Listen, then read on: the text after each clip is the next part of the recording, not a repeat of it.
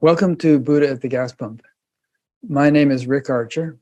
Buddha at the Gas Pump is an ongoing series of conversations with spiritually awakening people and about spiritually related topics. I've done over 660 of them now. If this is new to you and you'd like to check out previous ones, please go to batgap.com, BATGAP, and look under the past interviews menu, where you'll see them organized in several different ways. This program is made possible through the support of appreciative listeners and viewers. So if you appreciate it and would like to support it, there's a PayPal button on every page of the website. Also, I encourage you to subscribe to this YouTube channel if you're so inclined, and that way YouTube will notify you of new interviews as they're posted. And also we can notify you. We have an email list that you can sign up for on BatGap. My guest today is Dr. Mario Beauregard, PhD. He's a neuroscientist, currently, well, in your bio it says currently affiliated with the Department of Psychology, University of Arizona, but he just not anymore. Not anymore as of last summer. Now he's up in Montreal. No, excuse me, about 80 miles north of Montreal in Quebec. Right. Yes. He has received a bachelor's degree in psychology and a doctorate in neuroscience from the University of Montreal. He also underwent postdoctoral fellowships at the University of Texas Medical School in Houston and the Montreal Neurological Institute and McGill University. And this bio is a little long, but I'm going to read the whole thing, most of it, because there's a lot of good stuff in here. And you'll get to know Dr. Beauregard better. He is the author of more than 100 publications in neuroscience, psychology, and psychiatry. He was the first neuroscientist to use functional neuroimaging to investigate the neural underpinnings of voluntary control in relation to emotion. Because of his research into the neuroscience of consciousness, he was selected in 2000 by the World Media Net to be one of the, quote, 100 pioneers of the 21st century. In addition, his groundbreaking research on the neurobiology of spiritual experiences, including near-death experiences, has received international media coverage. In 2008, he was invited to participate in a symposium held at the UN. In 2013, he participated in a dialogue with the Dalai Lama in regard to the new science of mind. Dr. Beauregard has appeared all over several radio programs in the US, Canada, Europe, Asia, and Australia. His research has been featured on the Discovery Channel and in many newspapers and magazines. And he's received a number of distinctions. He's an author. He has published, quote, The Spiritual Brain, HarperCollins, and Brain Wars. In these books, he demonstrates that mind and consciousness are much more than the activity of nerve cells in our brains, which is in large part what we're going to talk about today. He also shows that spirituality is a central feature of human beings that cannot be reduced to physical processes. Dr. Beauregard actively contributes to the articulation of the new post-materialist scientific paradigm, co-author of the Manifesto for a Post-Materialist Science, which has been signed by several hundred scientists. He is also one of the founders of the Academy for the Advancement of Post-Materialist Sciences. So that all might sound rather heady, post-materialist sciences, a new paradigm and all, but this is something that has really interested me tremendously since I was in college in the 80s. And I think it's extremely important, and hopefully we'll be able to show you why as we have this conversation. What's the name of your new book? I just read the whole thing, but I forgot the title. Expanding Reality. Expanding Reality, good. Yeah, the emergence of the of post-materialist science. Right. So before we get into that, I thought there was an experience that you described in your book. I'll just start reading it and you'll know what I'm talking about. One evening, I was so desperate that I mentally bellowed at the sky. Apparently, my supplication did not fall on deaf ears. And this is because you had gotten very sick and been sick for a long time. And then a being of light radiating immense and unconditional love reassured you telepathically that what you were experiencing was no disease, but rather a process of transmutation. And he told you were not alone, you had to hang in there. And he told you about certain events that would take place shortly in your life, and that your disease would diminish over the coming months. And all of those predictions came true. So let's start with that. What more would you like to tell people about that? And this interest, the word transmutation is interesting. It's like you were being, like a squeezed out like a cloth in order to be ready for something that you were supposed to do in life. Yeah. Well, when I was younger, at primary school, I was very good, and the teachers they made me skip a few years, but which was fine. But I didn't want to arrive at the university too young, so I decided to take off a year, and I went to work in a humanitarian hospital. I was working with handicapped children, and the hospital was directed by Catholic nuns, and so it was very close to Jerusalem in Israel. And I became very sick there. I was 17 years old back then. But I contracted an infection, but we didn't know what exactly. Fortunately, the symptoms vanished after about a week, and so I worked there for a number of months. Then I came back to Canada, but a year after that, I started my studies at the University of Montreal in psychology, and I was beginning my second semester when one morning I woke up and I had lots of symptoms in my body, and my visual perception was altered, and I was not taking any drugs, and I didn't know what was happening, but I was very weak. And to make a long story short, I've been forced to quit my studies at the university, and I went back to my parents' home. My parents were farmers in a region of Quebec that is called the Eastern Townships. It's close to the border with Vermont.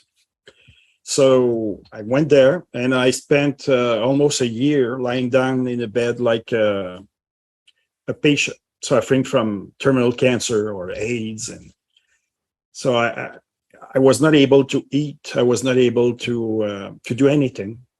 And I felt like dying. And that's when I decided that many years before that, it was 11 years before that, I had another experience, a mystical experience on the farm of my parents. And during that experience, I've had the impression that I downloaded my life mission, my program. I saw clearly, I was 8 years old. It was during the summer break, during the vacations in July. I saw clearly what I had to do in my life, what I would do as an adult. And I realized that I would be involved in a scientific movement, and that the goal was to demonstrate to the general population on the planet Earth that, contrary to what mainstream science was saying at that time, mind, consciousness, and spirit are not located or produced by the brain. They are interacting with the brain. And you had that cognition when you were 8? Exactly. Very strange. I mean, had yes, you been my parents thinking were about farmers. That kind of thing? Pardon me? Had you been thinking about that kind of thing? No, you were just like a kid. You're playing baseball or whatever. I was playing. All of a sudden, I was in the woods when it happened. Yeah. Huh. Yeah. So I told my parents about that, but they didn't understand anything about it. and they couldn't understand how a child could talk about these things and couldn't know something like that. But anyway, that's when I decided to become a neuroscientist. I knew I had to become a neuroscientist. So that was the beginning. But 12 years later, when I felt very sick, then I was confused because I knew what was my life mission, if you will, but I was not in a physical condition anymore to be able to realize that life plan because I was too sick, and I couldn't understand that. And I was even thinking, I had bad thoughts. I was thinking even about killing myself at one point so that's when I asked for help.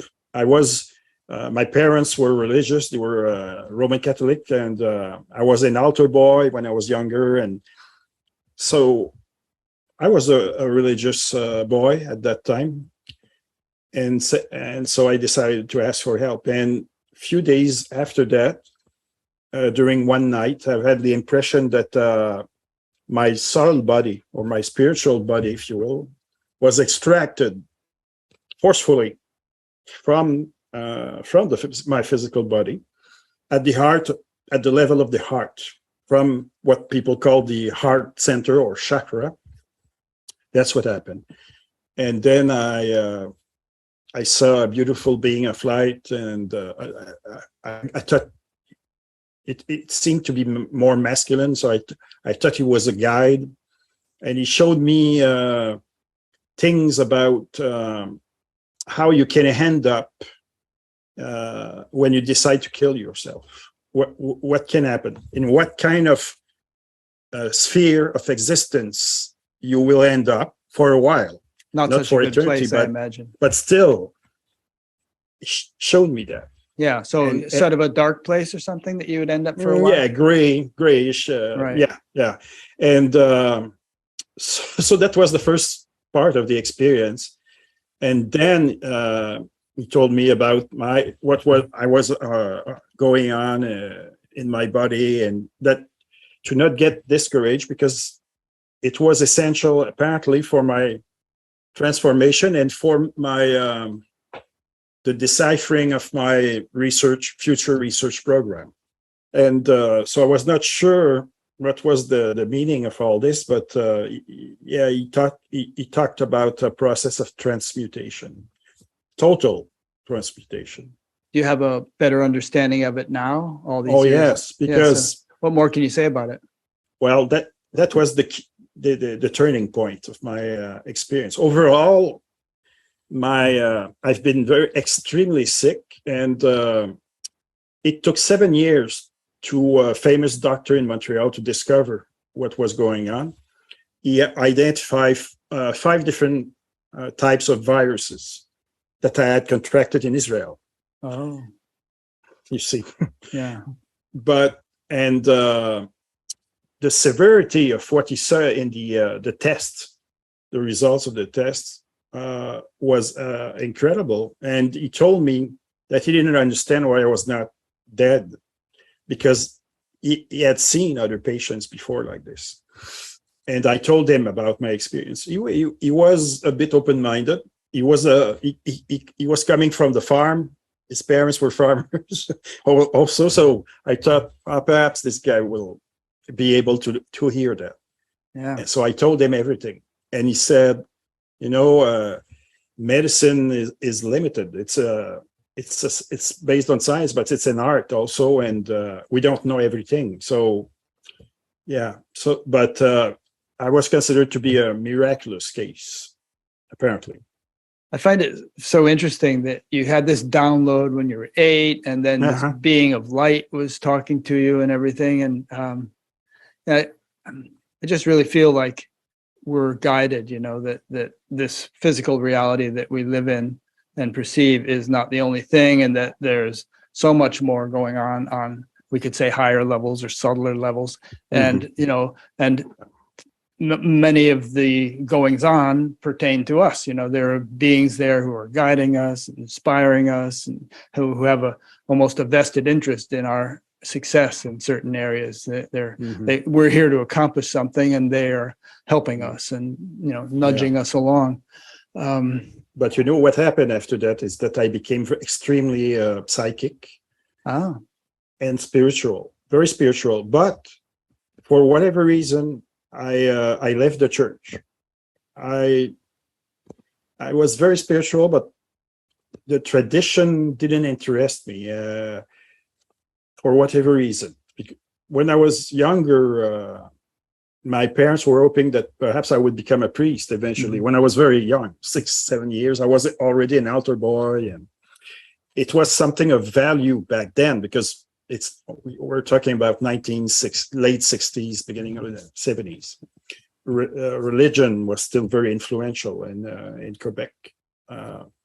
But no, I decided to leave and to follow my own path.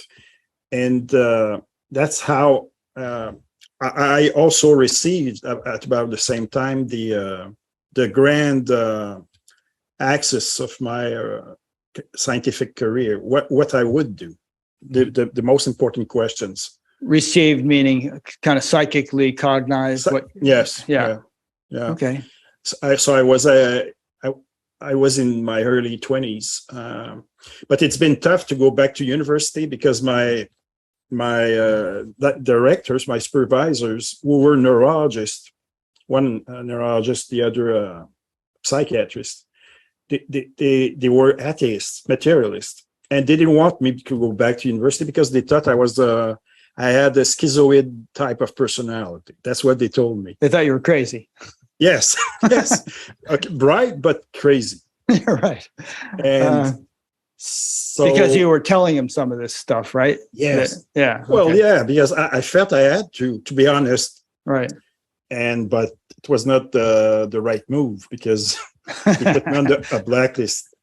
Right. So I needed a miracle to be able to go back. And so the doctor who examined me at the hospital in Montreal, he wrote a letter for me to try to convince the guys at the university that I was not crazy, that and it did work. So that's when I went back to the university. Can you say more about this psychic, spiritual, stuff that was going on? A lot of remote viewing, clairvoyance, telepathy with people who were close, my family, especially my sister, but also other people, and the impression of being in touch with deceased people also a lot, but deceased people that I knew. And it has stayed like that for now. I turned 60-year-old last summer, and it's still like that. Never changed. Interesting. And you never really tried to do this stuff. It just became natural. Yeah. That's interesting. Yeah, but I discovered that my mother was like that, but she didn't say it. It runs in the family. Like yeah, but she didn't know if it was okay or not. She didn't want to, because she was burned at the stake. Yes. So okay, but she was a lot like that. Interesting. Yeah. That's fascinating. Okay, so that's a little bit about your background. And incidentally, I should have said this earlier, but anytime throughout this conversation, if something comes to mind that you'd like to say, and I'm not asking a question about it, feel free to say, hey, I want to say this, and just get into it. And okay, we will. So it's a fascinating story. I love it. I mean, I wish we all had such a clear vision of our purpose in life at a young age, A lot of us bounce around for a while before we find it, if we find it. But you obviously had a mission. I mean, some people, if we were to talk to some people who talk about life between lives and all, they would probably say that you agreed on all this before you even came here. Oh, do you have any memory of that? Yeah, you've been told that? Well, yes, I've been told that by the being of light. Okay. Exactly. Yeah. But you said you don't remember it. But yes, that was part of your plan. Right. Yeah, I mean, you probably heard of Michael Newton, and then yes. guy named Rob Schwartz, whom I've interviewed, and they say that any significant thing that we end up doing in life was pretty much prearranged. Any significant person that we're involved with, or an accident, or perhaps your sickness period, all that stuff was foreseen. Yeah. Exactly. Do you feel like the sickness period was an essential purgation of some kind, a purification, or maybe karmically, if not physiologically? Something like that, yes. Oh, yes. Yeah, it was very difficult. My butt, there was inflammation everywhere in the body, including my brain. My brain was infected, and that's why my visual perception was altered, and it was very severe. And so that's why the doctor, the specialist, told me it's a miracle that you're still alive after all those years. When I met him, yeah. So we could conclude then, so far from what you've been saying, that there are not only people on Earth, but there are higher beings and higher dimensions who feel strongly that humanity needs to change its thinking, that it needs to change the paradigm on which it functions, namely that the world is a material thing and that the brain produces consciousness and all. And so why would you say that these beings, and also people like yourself who work on this stuff, feel that this is so important? What kind of difference is it going to make? What would happen to the world if it really changed? Because it's a matter of the kind of worldview we entertain. So, for instance, in science, the founders, the people we call the founders of modern science, like Galileo Galilei, Descartes, Newton, and company, all these people were deeply spiritual and religious as well. But what happened is that the church, there was a council, and the church, the Pope, and the cardinals let the emerging scientists know that the church would take care of the non-physical world, the non-material world. It was of interest to the theologians, philosophers, and the so-called material world would be the object of research of the emerging scientists, the new science, the physicists back then, especially. And the physicists, they didn't have the choice. They accepted that. But so after a few generations of scientists, the new scientists during the 19th century, they forgot totally about the history of science, and they didn't know that. They were not aware of that, except for a few exceptions and rare exceptions. And so they thought that the founders of modern science were strictly materialists, that they only believed in. Back then, they were talking about corpuscles, or billiard balls, small billiard balls, and that were composing the universe, and that was it. There was nothing else.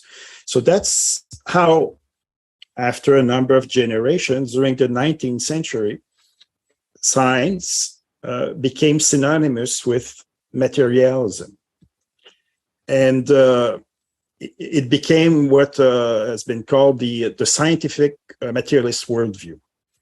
And according to this worldview, like you said, everything is composed in the universe of material principles, corpuscles, or particles, or whatever, or waves. So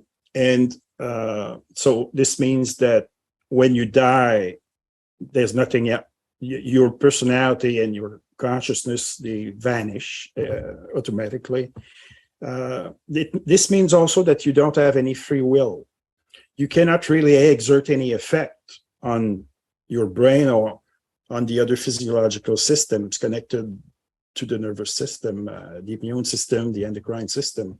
So you only have an illusion of influencing, but in reality, you're like a robot, a biological machine, sophisticated, but still.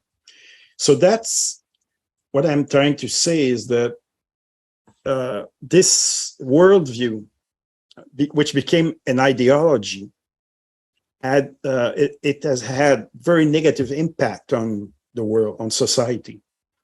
And it became really an ideology by the end of the 19th century. And during most of the 20th century, this was the central dogma. So if you were a scientist and you dared publicly challenge this, there was a price that you would have to pay ultimately. And this is exactly what happened. And but there were, according to I don't know if you are aware of the work of about what we call paradigm, so-called paradigm. Thomas Kuhn? Pardon me? Thomas Kuhn? Yeah, for instance. Yeah, I read his book. Yeah. So we could say that materialism was like the big, or the meta paradigm, which ruled everything. And so but after a while, there were scientists who were investigated other types of phenomena than physics. So they were not in mathematics, but they were studying what was called back then parapsychology. So, the extrasensory perception, like telepathy or clairvoyance, remote viewing, precognition also. But some of them were also investigating the possible influence of mind over the material world, over matter. And so that was an avenue of research which started at the end of the 19th century. And in 1974, Dr. Moody, Raymond Moody, the psychiatrist, I met him on a couple of occasions during conferences. He reported what he called near-death experience. And then after him, we discovered that millions of people had near-death experience in the Western world since the 1950s. That's what the statistics are showing. And so these sort of phenomena were considered, if you were looking at them through the lens through the materialist paradigm, they were considered to be anomalies. But it's, a paradigm, it's the type of lens that you are wearing. If you challenge the materialist paradigm, then it's possible to accept these phenomena and to integrate them into another theoretical structure, another framework or paradigm. And this is exactly what we did. I knew exactly that was part of my job to do that. And so when I was at the University of Arizona, it was also an idea of Gary Schwartz, who invited me there.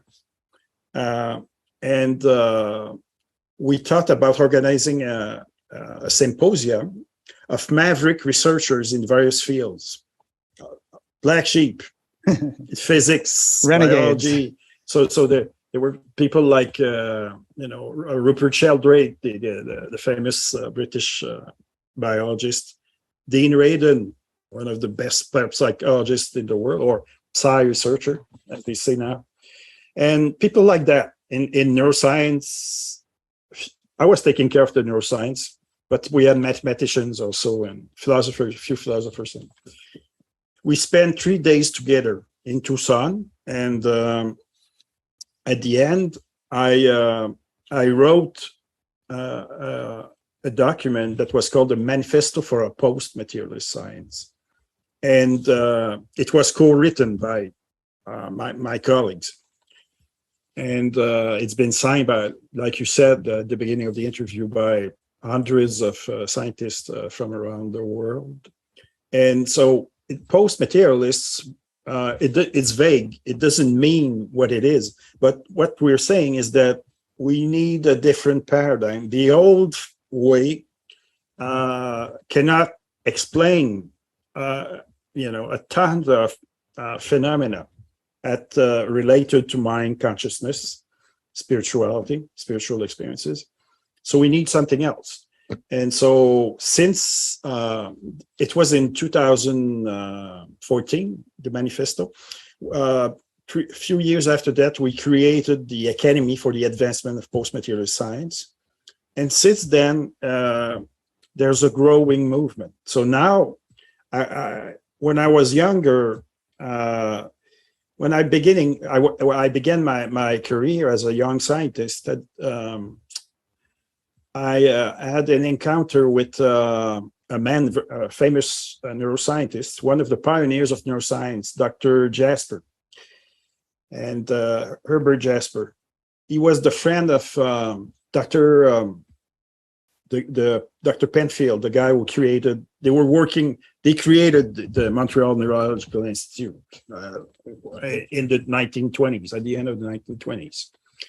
So he allowed me to talk to him, and so he asked me. He was about 93 years old at that moment, and he asked me what was my plan.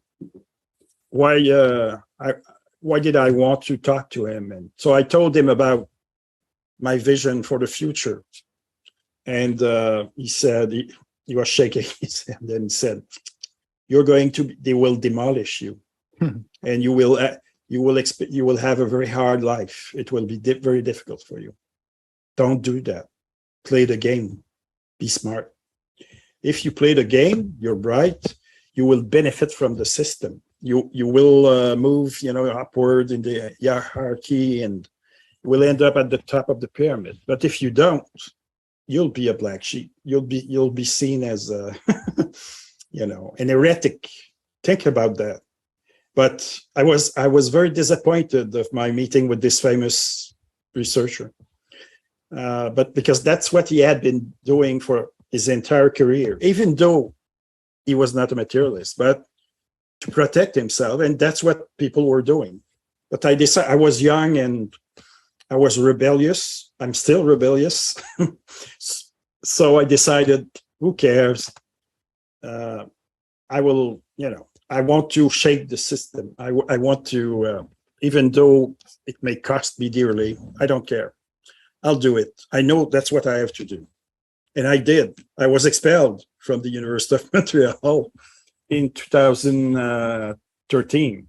Really? For not being a materialist, for presenting. I was working at the medical school, Yeah. and the dean of the school and my directors, the departments where I was working, they were materialists.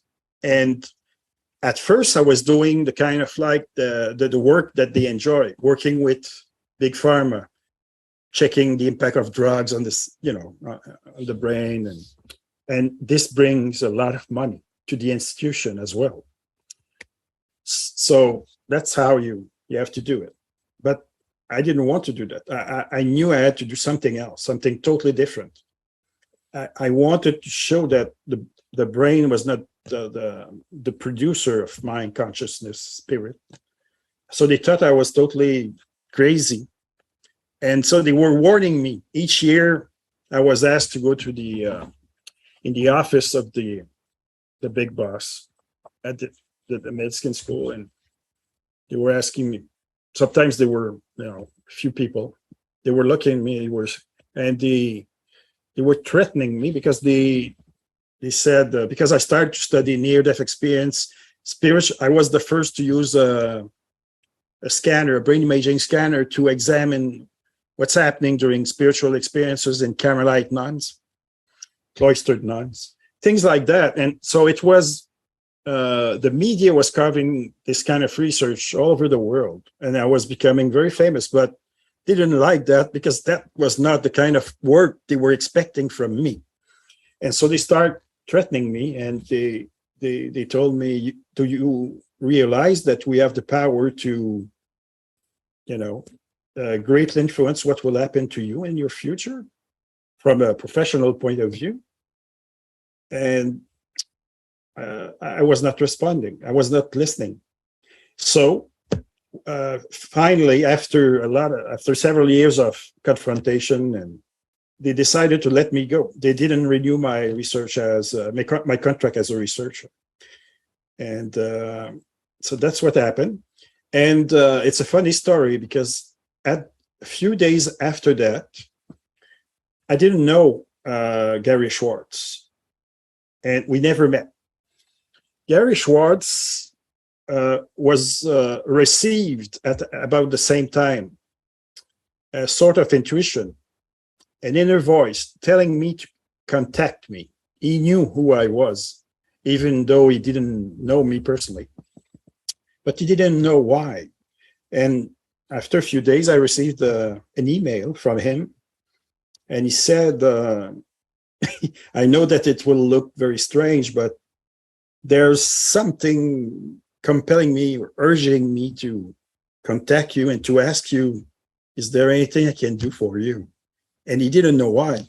So I responded to him immediately, and we talked over the phone, and then he said, my goodness, we would be honored to have somebody like you here at the University of Arizona, because over there, that's where the first center for the research on consciousness, the first Center of Consciousness Studies, emerged in 1995. And so, for whatever reason, there were more open-minded scientists than on the East Coast or in Montreal or in Europe in general. And so I did a collaboration. That's how it started. That's very interesting. That's a great story. Yeah. And you've probably heard Max Planck saying that science progresses through a series of funerals. Yeah, exactly. Right. Yeah, that's what I was. Because these guys get so stuck in their rut, that they and everybody's so concerned about their salary and their tenure and all this stuff. And whatever happened to finding out what's real and investigating what's true. Yeah, it's like that goes out the window. Yeah, but I learned that it was science is a human institution like other human institutions. So it's not necessarily about the truth, but it's about who get the most money, reputation, fame, glory, rewards, awards. And I was an idealist. I was only interested in the truth, really. And so, ironically, you might get all that stuff during your lifetime, the money and the fame and all that stuff. But in 100 years, everyone will have forgotten about you, but they will be remembering the people who are mavericks. Those are the people who end up, being honored for, changing the way the world works. But it was the same thing in when they've had their revolution in physics, from classical physics to the new physics that they call quantum physics. It took 30 years for quantum physics to establish itself, because there was fighting. It didn't happen like that. It took 3 decades. Yeah. And there's actually some benefit to that. And we mentioned Thomas Kuhn in The Structure of Scientific Revolutions. Yeah. He describes that paradigms have a certain inertia. And that's good, because a paradigm shouldn't just be toppled the moment some little question comes along. It takes repeated buffeting by anomalies until eventually the anomalies get so strong that the paradigm has to collapse, and then a new paradigm gets formed, and there's a period of transition between the old and the new that can be kind of chaotic. But it's okay that things might take a little while to change, because everything would be kind of chaotic if everything changed too easily. Yes, but things are changing, really, because and I never thought I would see something like that, but even philosophers who were deeply materialists, philosophers of mind, interested in mind consciousness, neuroscientists, famous neuroscientists like Christoph Koch, who was working with Francis Crick, very materialist. One of the discoverers. He changed his mind, and now he's becoming what we call technically a pan-psychist. So he believes that there's consciousness or mind everywhere in the universe. There's a, and now you can see more and more books from philosophers and scientists about the waning of materialism, and there. So we are in a transition period, but I cannot tell you what exactly will be the new theory, the big theory.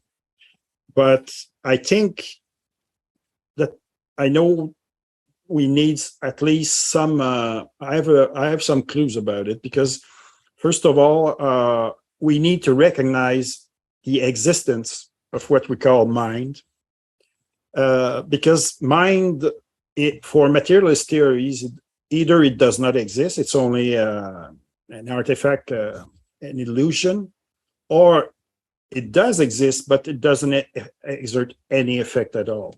It's like, steam produced by the engine of a train or something like that.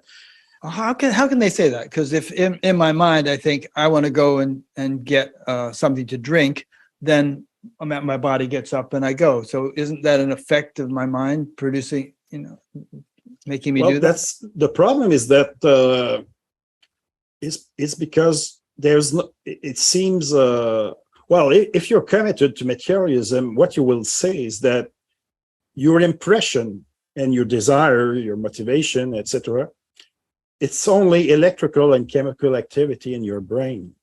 So they will say it's one part of your brain involved in executive functions, for instance, the huge prefrontal cortex that we have, sending information to motor structures in the brain, and then that's how it works. And you have the impression, you're under the illusion that it's you, but in reality, it's the brain, regions of the brain affecting other structures, other regions in your brain, and that's it. You don't need a ghost.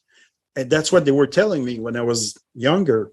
We don't need a ghost in the machine. There's no ghost in the machine. So they didn't understand why. That was my conception. But I was telling them about the so-called psi phenomena, and so they had to deny their existence to, maintain their materialist worldview. And the same thing for near-death experience. But what about so-called near-death experience when there's a cardio, an arrest, of your heart, right. and at the same time of breathing, which means clinical death? How do you explain that? And so they were telling me, no, pure coincidence. But, at a certain point, they don't have any explanation anymore. They're trapped. But it's what I discovered is that me and many others, like Sheldrake and several others, it's an ideology, and you're emotionally attached to your ideology. It's like politics, for instance. If you're a left-winger, a right-winger, you're communism versus socialism versus capitalism, and and so on and so forth. And so scientists are human beings, and they are very deeply involved in these. Their life, their ideological life, is built on a theoretical structure. And you arrive there, and I was very young, and I was trying to convince a lot of people. I've had physical trouble with people because some of them try to attack me because it's a matter of emotion. It becomes they very try emotional. to physically attack you?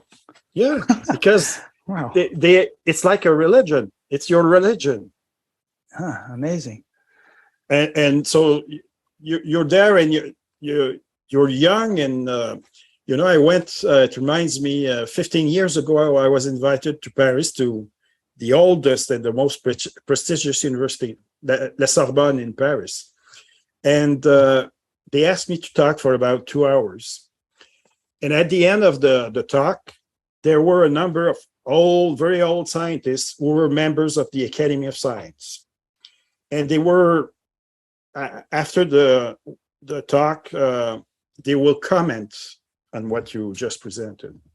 And I was seeing them, several of them were becoming red and they were angry because of what. So at the end, after 2 hours, the president of the committee told me, oh, it's too bad that we're not a few hundred years ago. And I had an idea what he meant. Because you'd be burned at the stake or something? Exactly. Yeah. Yes. I asked him and he said, yes, that's what we would have done with you. That's what we should do with you. Wow. It's 2007. You see? So that gives you an idea. Maybe you were burned at the stake in some past life, you know. I don't know, but you know, it's so it was like that for a while. But I would tell you that since about 7-8 years, and I've traveled all over the planet, things are really changing. 10 years perhaps. There's a change in the world. And now you can go to a very prestigious institution, university, and you can talk about these things and they won't attack you anymore, which means that there's an evolution, a progress. They will listen to you, even though do not agree, and they don't think that you're a flake automatically. Things are changing, and for the people, the general population, well, they knew, they were open to all these ideas decades ago. They were in advance relative to scientists and social institutions, of course. It's true. I mean, a lot of the movies, you know, and books, they portray these kinds of ideas. Star Wars, you know, the Force.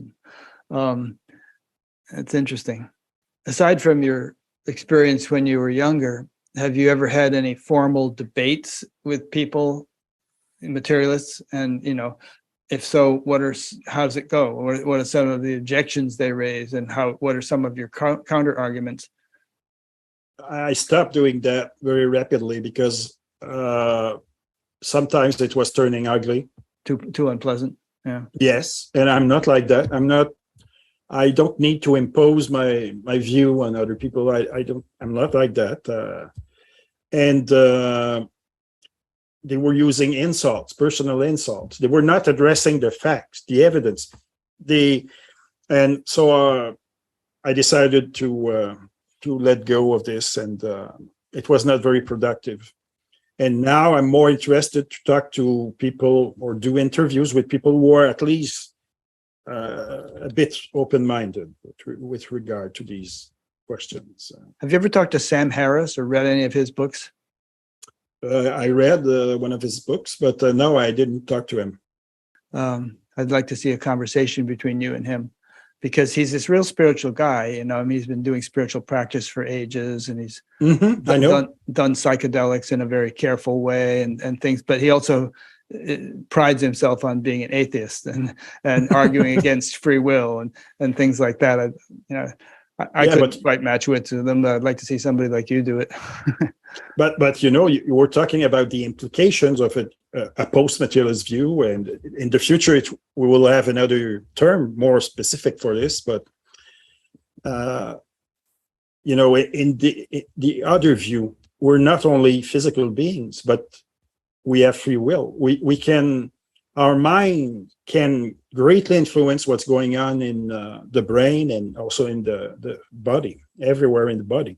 I was the first to show that in neuroscience with brain imaging in 2001. For a very long time in psychology and in neuroscience, since the mainstream view is that we're sophisticated animals, but still animals, people thought that we didn't have any control over our emotional impulses. It was not possible to. So what I decided, I didn't believe in that. I didn't believe in that because I knew that religious people or spiritual people, true, genuine people, can live their lives differently from a moral point of view. So I decided to do an interesting study. I my team and I at the University of Montreal, we decided to present erotic film excerpts to young guys aged between 20 and 30. They were students and or PhD young professors, and we knew that the emotional part of the brain, what is called technically the limbic system, would react greatly, and this is exactly what happened. But what was very interesting is that we use another condition. We scanned them during another condition. When we presented to them exactly the same kinds of stimuli, but this time we taught them to become detached observers of the film excerpts and of their own subjective reactions, feelings, and what's going on in their bodies.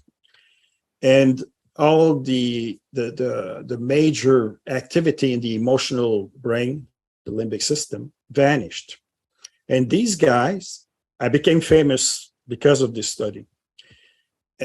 These guys were not, they never practiced any form of mindfulness meditation or other types of meditation. We just taught them how to do that subjectively 30 minutes before the actual experiment. The results were very impressive, and so that was my first demonstration of that we can exert a great influence over things that are considered to be biologically programmed, and genetically programmed, and then after that was the beginning of epigenetics, and epigenetics showed that things that your thoughts, your emotions, your memories do have an influence over the activity of certain genes. They respond, they turn on or off. That's what we say. They are activated or not. And so in reality, through our mental processes, our intentions, our plans, through will, also volition, we can exert a great influence over what's happening in the brain and in the body. Yeah. So that's one thing. That's one major implication. We're not robots like in the materialist worldview. I mean, people were doing biofeedback back in the 70s and controlling certain. Yes. Oh, yeah. And there were, studies starting way back then on meditation and the neurophysiological correlates of it and so on. Yes. But it was not interpreted back then as I reinterpreted these data in view of a different framework, a different theory, a non-materialist theory. Right. So, but mind can also operate in what we call a non-local fashion. So, non-local means it's borrowed from quantum physics, and it means not limited to a single point in space, like the brain. And it's not limited also to a single point in time, the present. So mind can access information from the past, but also from the future, as shown by some studies in parapsychology, or the study of a so-called psi phenomena. Yeah, I've interviewed Dean Radin a couple of times, and he talks about those things. Yeah. Well, yeah, and with these guys, we at the Academy we have published new books for mostly for academic people, but still about this new visions, the new paradigms. What could be the new paradigms in the future? But to come back to what I was saying earlier, we have to recognize that mind does exist. It's not. People have to accept in science that it's not reducible to physical processes. It's something else, but it does exist, and not only it exists, but it exerts a great influence. And the influence is local. For instance, psychophysiological, you interact with your own body, but it's non-local as well. So you're interconnected with other people, with pets, with even trees, and you can see the world in terms of information, interactions, communication all the time, like internet, for instance. And of course, there's so much information, and the brain in the normal state of awareness, it plays a role, it acts as a filter. So you'll focus more on what's related to your biology. Are you hungry? Are you thirsty? Do you have pain? Are you feeling some sensations? And what's going on around you in the so-called physical world, and so on and so forth. But it's when you alter somehow, you can alter the electrical and chemical activity of the brain. There are several ways you can. If you do meditation, that's what you do. Prayer, sport. You can practice sport. You can do jogging. It will change what's going on in the brain. You can do sensory deprivation in a flotation tank, for instance, and you can take psychedelic substances and so on and so forth. You always change what's going on in the brain. You alter. It's like if you're reaching other frequencies, if you will, other programs, other information, and that's how you can have expanded states of awareness, spiritual experiences, psychic phenomena. You have access to information, and there's nothing paranormal in the universe. There's nothing supernatural. It's only related to our materialist worldview. It seems paranormal, but in reality, it's perfectly natural. There's nothing that is not natural. It all depends on your lens through which you're looking at the world. In your book, you mentioned neuroplasticity and how it was once thought that the brain can't grow new neurons after a certain age. And now they know that it does, and the brain is changed by just about every experience we have. Oh, yeah, all the time. And for about 100 years, at the beginning of the neuroscience, it was a central dogma that the brain was a static machine. It couldn't change. You had to deal with the kind of brain you inherit at the birth, but that was not true. But all scientists believe that, because the beliefs are involved in science. Also, it's not only about facts, evidence. It's also about how you see the world. There's a subjective element importantly involved in science, like in any other sphere of human activity. Yeah, and all the sort of human shortcomings of stubbornness and greed and jealousy and possessiveness and aggressiveness and all those things, they all are tugging science around this way and that. And really, no, you'd almost say you could safely say that there are no pure scientists, because everyone is influenced to some degree by their human shortcomings. Exactly. And I'm included in that. It's the same for everybody. Yeah, but it's a matter of degree. Yeah. Towards the beginning of your book, you present several terms: materialist, reductionist, there's scientism, I think, and maybe one or two others that I'm not remembering. And maybe you could just, are they synonymous, or does each one contain a certain nuance or implication?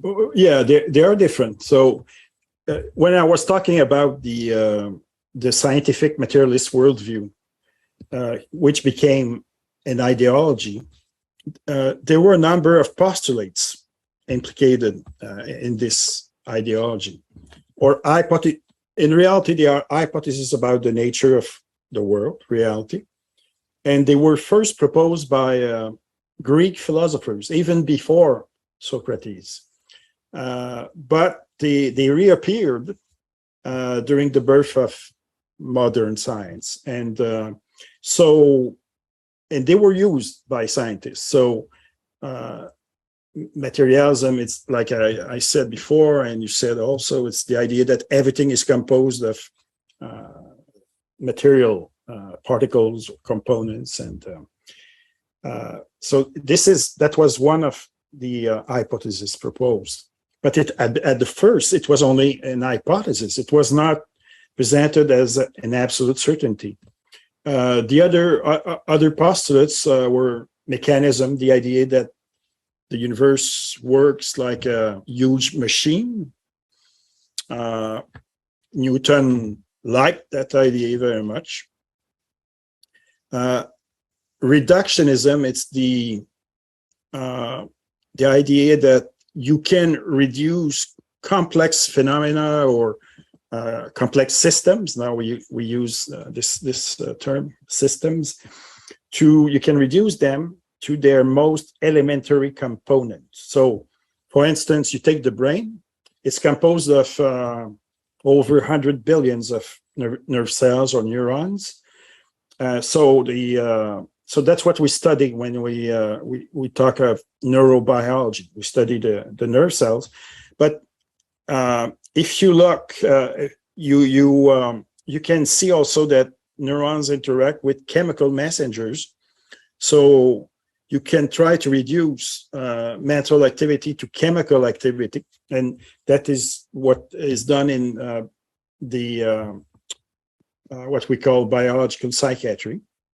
And that's why we use drugs to try to interact with the various brain regions and the neurochemicals, the chemical messengers, to influence them. So, for instance, if you're suffering from major depression, one finding that is quite robust is that there's a lack of, you need more serotonin, a chemical messenger, and the most antidepressant drug will target serotonin, will increase the production and synthesis of serotonin.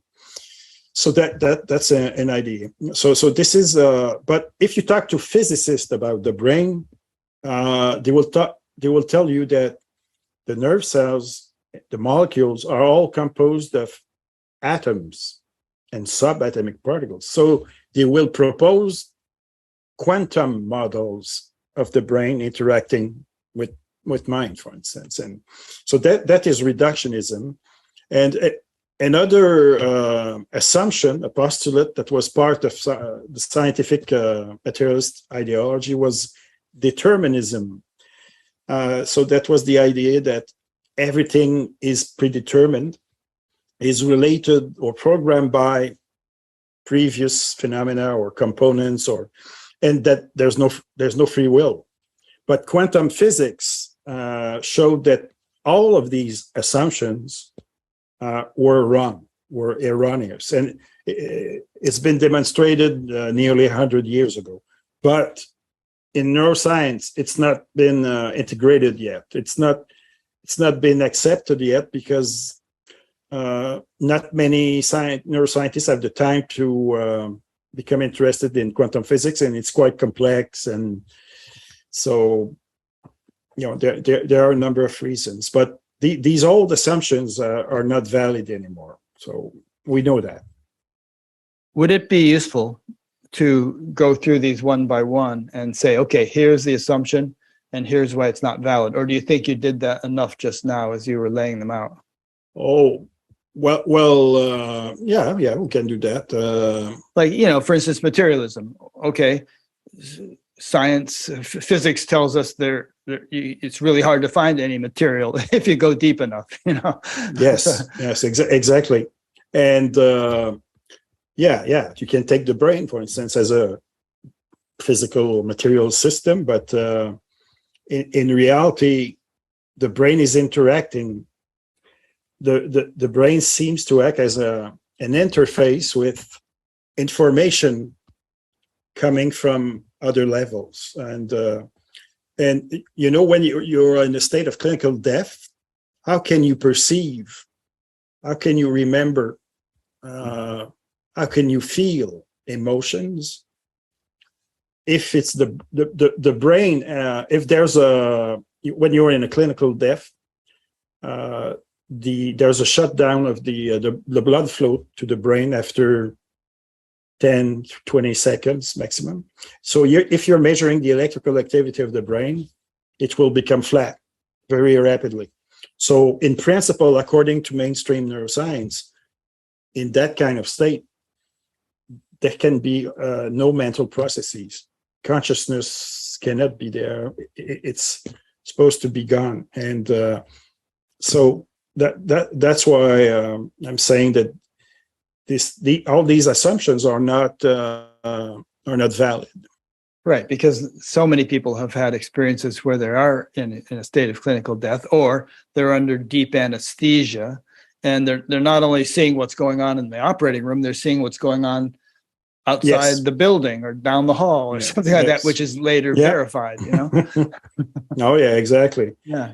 Yeah. So now it's the mainstream view, the old materialist view is still dominant, but there's a battle going on, and there are more open-mindedness with regard to new views. This is what has changed. So there's a dialogue. It's now the dialogue is possible. Before it was not. Yeah. Well, maybe rather than going through each of these, because they're all kind of unless you want to, because they're all kind of similar. Maybe another angle we should take is, what do you think society? Let's say that, I don't know, 30 years from now, the tables have been turned, and whatever we're going to end up calling it, the opposite of materialism, reductionism and all that, has become the predominant paradigm. What do you think society would be like? What would education be like? What would medicine be like? What would international relations be like? Economics, world hunger, all these different, the climate situation. How do you think that the flipping of the paradigm would impact all these important things? Well, like I said, this new emerging paradigm has very deep implications at various levels. If you take education, for instance, if you consider education, well, we have now enough studies showing that if you practice mindfulness as a way to self-regulate your emotions, you will alter the trajectory of the individual. If you start very young at school, primary school, you would create a different type of adults collectively, if there's enough people doing it. Right now, it's already going on, but not everywhere yet. But there are many projects in various countries around the world doing this, and so this is a key. Because education is a key, because you don't end up with the same kind of adults if you start doing this. But we have to teach people that they are very powerful, that through when I speak about mind, I mean mental functions, intentions, will, memory, emotions, and so on and so forth. And consciousness is a sort of mental function, but it's like a very big component of it. We can learn how to use mind and consciousness, but we have to be taught about this. Yeah. And but now we can see, there are more and more studies in medicine, in the medical field. We see a lot of studies showing mental influence on genes, epigenetics, psychoneuroimmunology. You can influence your what's going on in your brain, and so on and so forth. So it's making progress also in medicine. But there's another current in medicine, and another trend which is very powerful: big pharma. On the other side, and what is big pharma? It's the translation at a medical level of materialism, man as a machine. And so you use substances, molecules of various types, and you believe that by using these molecules you will affect the individual, because he's a biological machine, a system. But so it's So you can see right now that there's a sort of battle going on. Many people are not conscious of this, but there's a battle between the holistic vision, spiritual vision, versus the materialist model at various levels. Not only in science, in mainstream science, but it's the same ideology in economics, in politics, and yeah. Well, in terms of big pharma, we don't have to be black and white about it. I mean, modern medicine has worked wonders. Penicillin and antibiotics, and polio vaccine, of course. You know, all those things have saved millions of lives. On the other hand, I don't know, it seems like the majority of people in the United States are on some kind of antidepressant drugs, and it's a very high percentage. I don't remember the exact percentage. And you know, when you see the ads for these things on television, it's like 10 seconds of promoting the drug and then 50 seconds of telling you all the warnings. Side effects. Yeah, it's the same thing in Canada. Same thing. It's on TV. Yeah. And you wouldn't need that if it was an ad for meditation or something, I don't think. No. No, but it's true that the materialist science has made great progress and has helped us evolve from a technological point of view. And it's what we're saying, my colleagues and I, is that it is not complete. It is not there's more in the universe than only physical processes or biological processes, or that's what we're saying. We're not saying that this is not true, that it doesn't exist, although, you know, it's a matter of perspective, because some physicists believe that, like you said before, the matter, what we call matter, what is it exactly? There's a lot of void involved in matter at a microphysical level, and but in practical life, you don't go stepping in front of buses, you know, thinking that there's nothing there. No, that's right. Yeah. It seems to me that just as the church used to own a lot more territory, I mean, the church used to consider astronomy to be part of its territory, for instance, and people got in big trouble for, you know, suggesting that the stars might be other suns, might have planets around them. And then the church had to relinquish some of its territory as science came along. And as you were saying earlier, the church said, okay, we'll take care of the spiritual stuff and you guys take care of the material stuff. I mean, by the same token, it may be that there might be many aspects of all the different modern sciences and medicine and pharmacology and all that, which will still be useful, but a whole lot of things which can be replaced by technologies of consciousness or mental technologies or emotional technologies or whatever that are non-physical and that will be much more beneficial and you know, not without side effects. Yeah, so that's what I think will happen probably in a few decades from now. And who knows, maybe it'll speed up, but I mean, it kind of needs to speed up because we're at a critical point.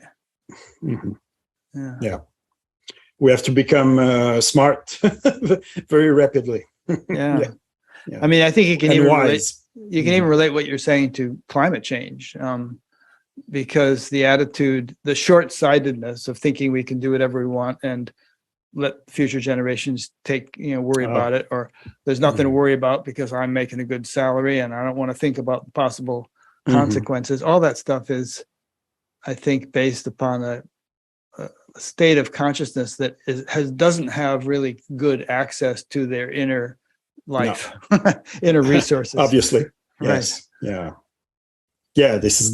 it's very egocentric to think that way.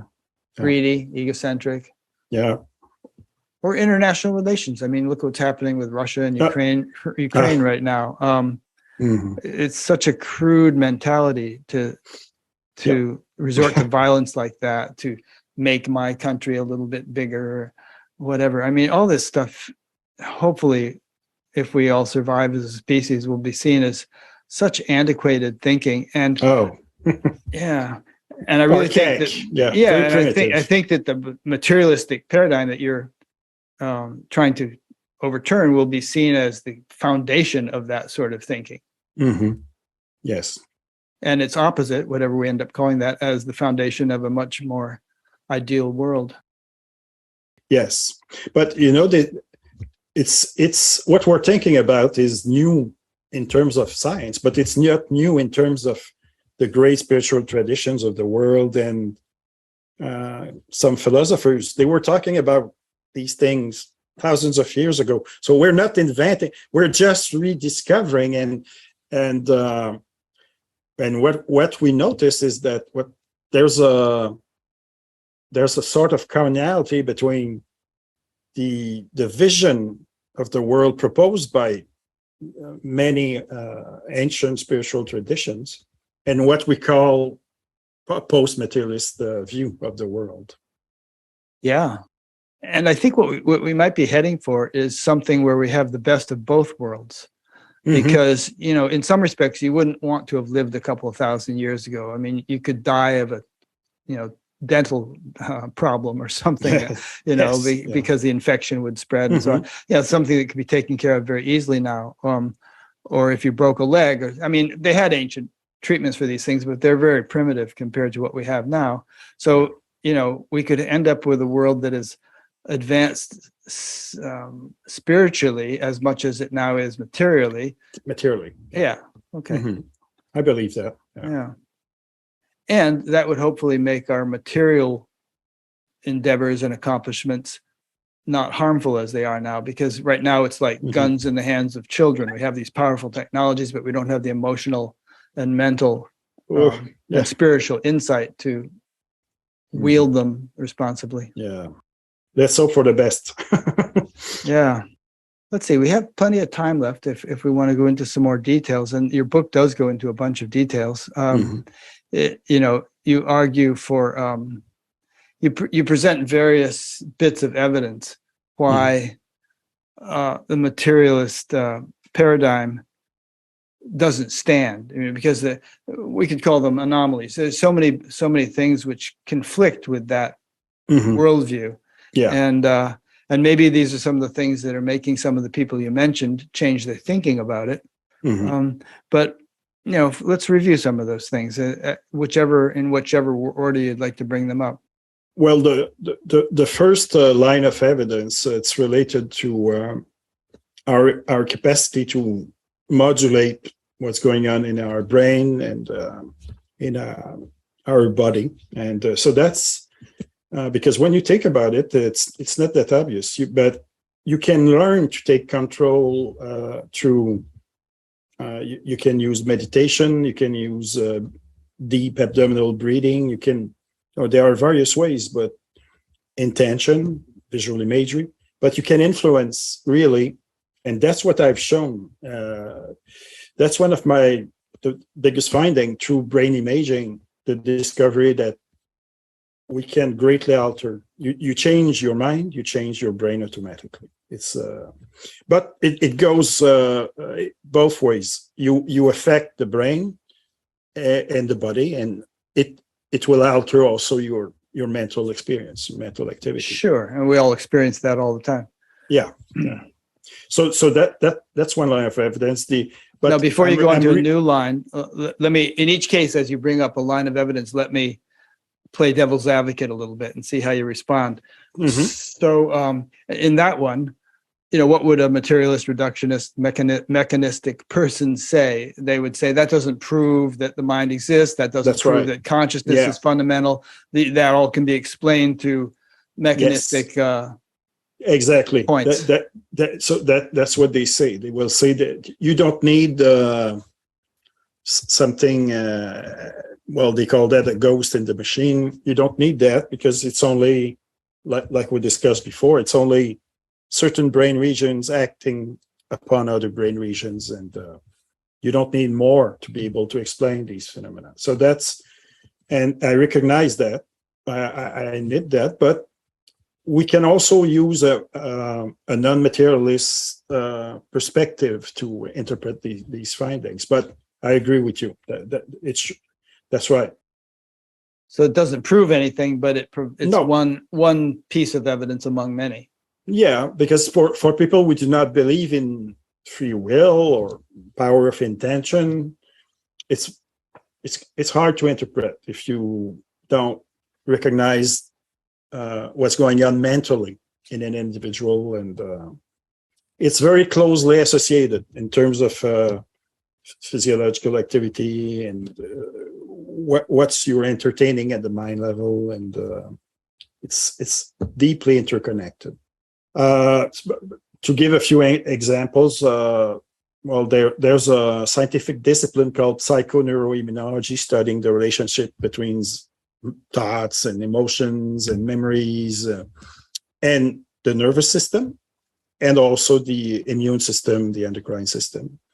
And now there's epigenetics also. So there are an increasing number of studies showing that we influence all the time the activities of our genes based on the kind of thoughts we have, and kinds of emotions we experience, and the traumas we have, and so on and so forth. And it's all interconnected.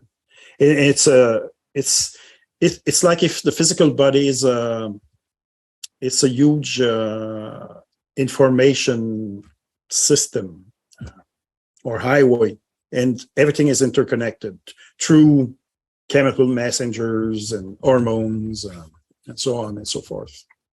So somebody the other day told me that the word materialist is kind of a pejorative term. I'm not sure of a better term, but for the sake of convenience, let's keep using that. Well, now they use physicalist or physicalism. Yes. Okay, so is that less insulting or something to say a physicalist? It's accepted. All right, whatever. So let's call them physicalists. All right. So this thing you just explained about epigenetics and the mind and mental processes actually changing the genes. Would a physicalist have a rationalization for that? Yes, he would say that thoughts or intentions are neural activity in brain regions. And these neurons, this activity is connected to the activity of certain glands, the endocrine system, through the hypothalamus in the brain, which is a brain structure, involved also in endocrine function. So yeah, they will explain that you have electrical phenomena connected to chemical phenomena, messengers, but it's all based on physical processes of various kinds. All right. So it wouldn't blow their minds any more than my being able to raise my arm or make myself breathe fast or breathe slow or something. They just have a fancy explanation for how it could change the genes and not have to acknowledge anything non-physical. Yeah. But it's harder when you talk to them about the second line of evidence, the so-called psi phenomena.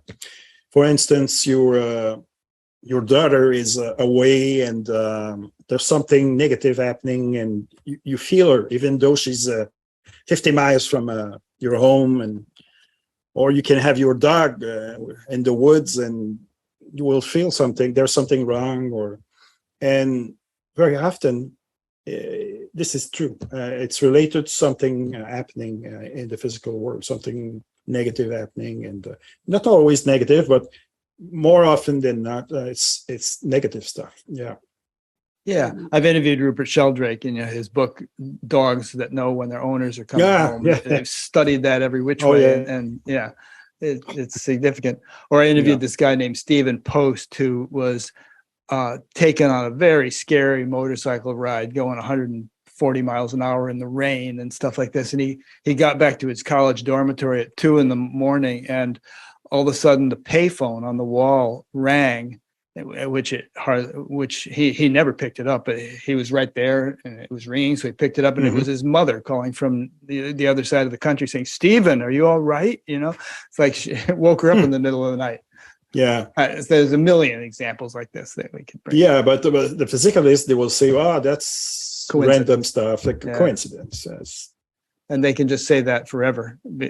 But there are some pretty significant, I think, studies by Dean Radin and others, which are hard to just brush off. Mm-hmm. Oh yeah, if you're willing to look at them. Yeah, it's very hard to explain. But usually these people they like the idea of what has been called promissory materialism. So it's the idea. It appeared about 300 years ago.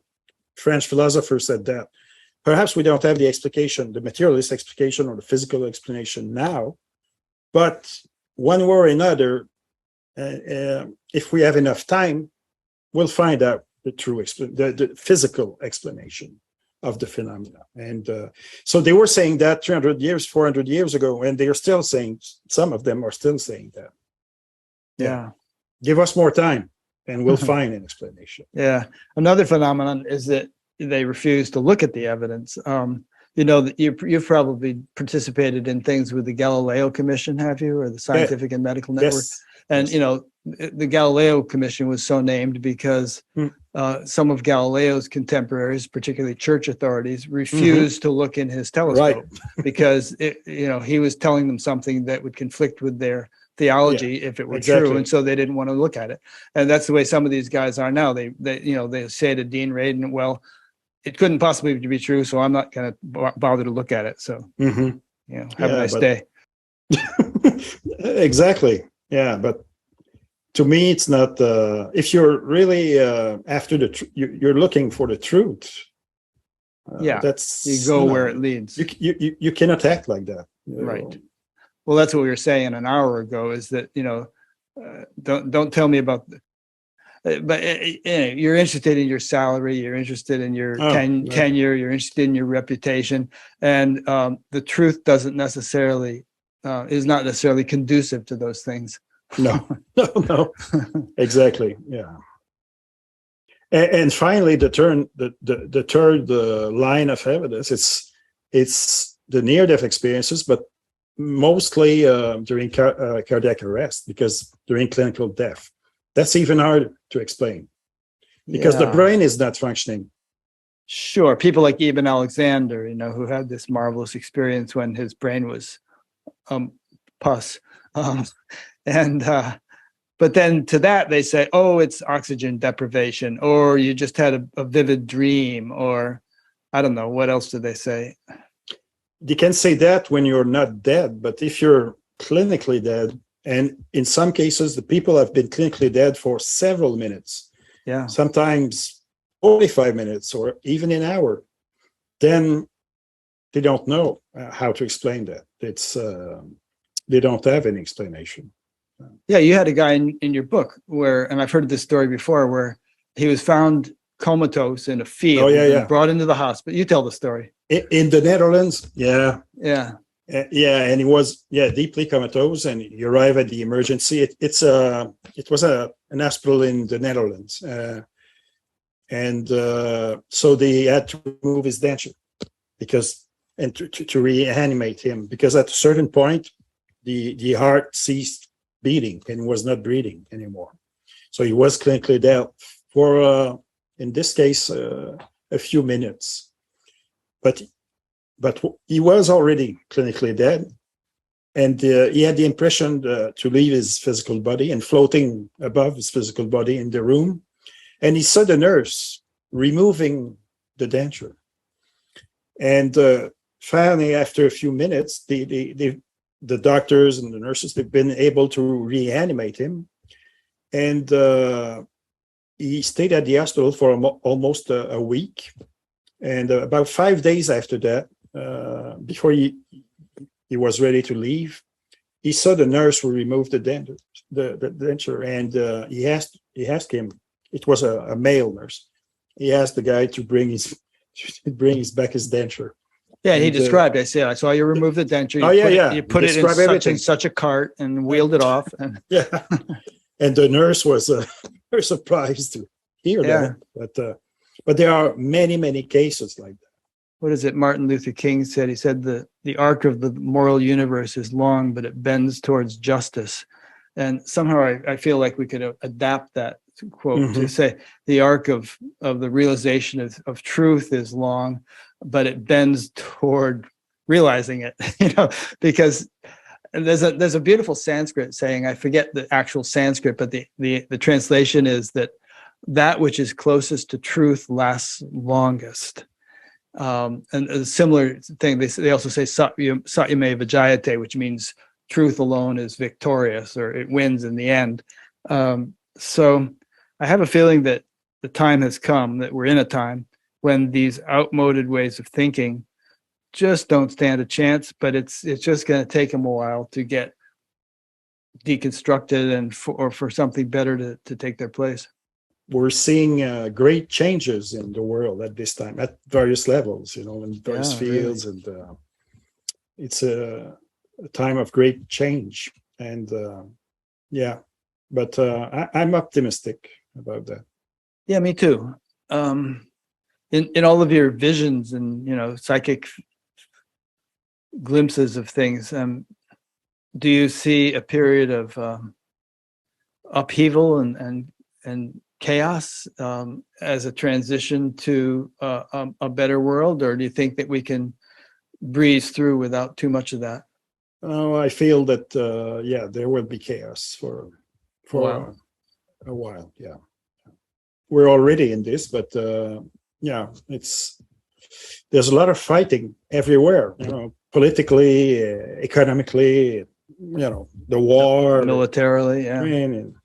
Yeah. So, but at the same time, there are more and more spiritual people, more and more people. There's more positive people realizing that we need to help each other, and it's if you look only at the television, the news, or internet, you have mainstream news. I mean, you have the impression that everything is going negatively. It's like hell here, but in reality, that's not the case. There are so much beauty on earth and magnificent things and people and activities, and so there's a bias for mainstream science to focus on the negative stuff, but there's a lot of beautiful things also going on at the same time.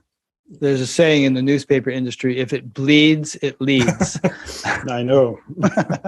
And so they show us all this because this is significant. We do need to know what's going on in the world, I think. Yes.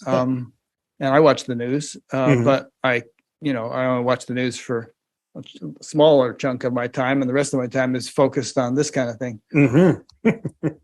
Yeah. Do you have any sense of timeline? I mean, do you think this is going to, this chaotic period is going to drag on for the next century, or a decade, or what do you think? No, I don't think it will be a century, but it's hard to say. I don't know. I hope it's not too long. I hope to be still alive, still physically here, to be able to see major change, positive changes. Yeah, I feel that way too. I've got about 13 years on you, but I take good care of myself so we can both be around. No, me too. And have you had this when you were young? You had this download when you were 8, and then you had this vision with the being of light. Have you had any other visitations or downloads like that have upgraded or your knowledge? I've had very deep mystical experiences a few times in my life, and in such experiences, the small self, the ego, my ego, vanished, and but it was not very. It's more at the level of being. What was happening? It was emerging with. It seems the source of everything in the universe, everything that exists, and more. Very impressive, but I'm a mystical type of scientist. I have to say. I can tell. Obviously. Yeah. That's but it's interesting about that. It's funny because at the last project of the Academy for Post-Materialist Science, it's they produced a collection a book, an anthology of more than 50 essays of scientists from various fields, well-known scientists, and it's about the most significant spiritual experience in their life. Yeah. You see, something like that would not have happened 20, 30 years ago. This would not have been possible. But now, it's not only old guys and, women, and it's even young scientists, younger scientists, and they're doing this now. It seems more natural to them to do that. They don't feel the need to hide, like I did. I did to a certain extent, but for a while. But things are changing. It's a sign of time. That's great. Is Ray Hernandez involved in that? No. You know Ray? Oh, because he's somebody I interviewed some years ago, and he got in touch recently, and he was talking about this whole compendium of books that's on this topic, and I was I was just wondering. And that organization is still happening? The Academy? Oh, yeah. It's growing. You have conferences and things like that? Well, we had a conference planned, but it was done through online because of the sanitary situation last year. But yes, that's the plan, to organize something in Tucson at the University of Arizona. Oh, I'd like to go to that. I'll check into it. Okay. Well, is there anything else you'd like to add while we still have you? We covered a lot, I think. Yeah, good. And okay, so people can get your book, and I'll have a link to it on your page on BatGap. And do you have a YouTube channel or anything else, or what else can people do if they want to hear more from you? I'm just starting to. I'm reorganizing my website, so for now I don't have a website in English, but it will come soon. So it's more my books, and I have lots of interviews on YouTube, I believe, but I'm not, I don't have a channel. Your own channel, yet. No problem. I'm not. I'm old-fashioned. I'm an old guy now. So, younger than me. Oh yeah, well, doesn't show. Okay, so yeah, let me know in the future if you have a new website or anything else that you'd like me to add to your page on BatGap, and I'll add it on there. Yeah. All righty. Well, thanks so much, Mario. I really enjoyed talking with you. Same for me. Yeah. Next week, I'll be speaking with a woman named Anne Matthey, talking about Kundalini. Oh. You know Anne? No, but okay. I've had You've had some Kundalini of those experience. One of my mystical experience that was associated with this phenomenon. Yeah. And I never practiced, so it came apparently spontaneously. And at first, I was thinking that I was going mad or something like that. But it was stressful at first. But I heard an inner voice saying, "Just relax, let go. We're taking care of you. Yeah, don't be afraid." Yeah, that's great. Yeah. Yeah, these days it seems like every week somebody contacts me and says they've had some Kundalini experience, and in many cases they're scared, because they don't know what it is. Yeah. There's help for that kind of thing. There are people who are kind of experts in it and who can, help people through it. Yeah. All right. So thanks again. And Thank you. Really enjoyed speaking with you. Okay. Thank you. Take care. Have a nice weekend. You too. Bye-bye. Bye.